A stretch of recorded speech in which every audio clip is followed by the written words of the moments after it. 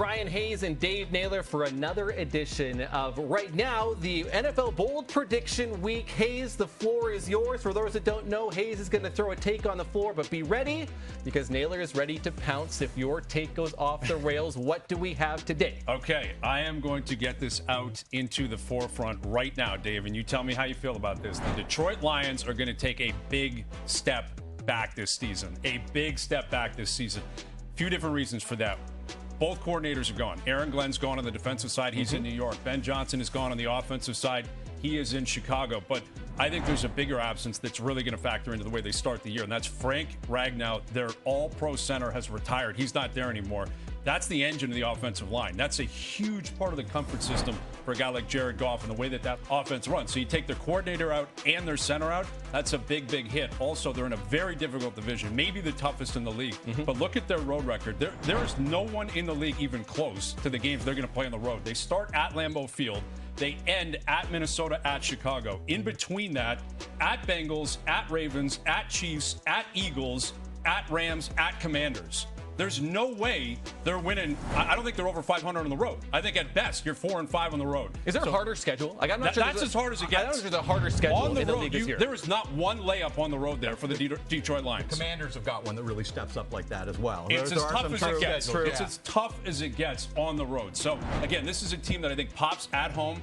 Maybe the best show on turf, right? Kind of has that feel to it, but now the coordinator gone, the center gone, really difficult road schedule. I have the Lions not winning the NFC North and taking a big step back this year. You know who's really happy to hear those kind of comments? Dan Campbell. Because he knows they're out there. He even said something to his team. The effect was, guys, the headlines have already been written. It's up to you whether they get to publish them. And that is the kind of motivation that Dan Campbell brings to the locker room. He loves that kind of stuff. He loves the fact that everybody's looking at this team backing up. And the other thing about this, look, Ben Johnson has gone to Chicago. But Dan Campbell is not just the head coach. He's an absolute offensive mind. He does some of the play calling. So it's not like some teams when you lose your OC, the whole identity of the offense is going to change. Now, you look at that secondary, I think it's still the best secondary in the NFL. Their safety, their corners. DJ Reed comes over from the Jets to replace Carlton Davis. There's some questions in the front seven, but I still think Detroit is going to win this division, and I'm not sure any of the other teams in the division are ready to win it. I'd look at the Vikings and say, well, sure, but what is J.J. McCarthy? We all think we know what he is. He's a 27-year-old guy who's never played in the NFL. So well, here's why I have faith in J.J. McCarthy stepping in, because of who Kevin O'Connell is. Sure. Their head coach is the definition of a quarterback whisperer. I think the Vikings are going to be fine, and I also think the Packers are going to continue to grow. They've been the youngest team in the league 2 straight years. I think they're ready to pounce. I think they're chasing down Detroit.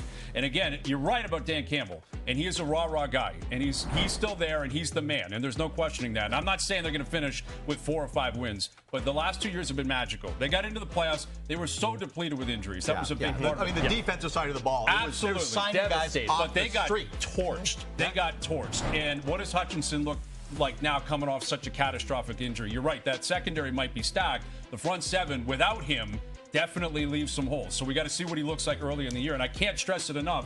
I think that division's really good, and this road record is crazy, and there is a lot of change in Detroit. But do we like Minnesota ahead of Detroit? Yes.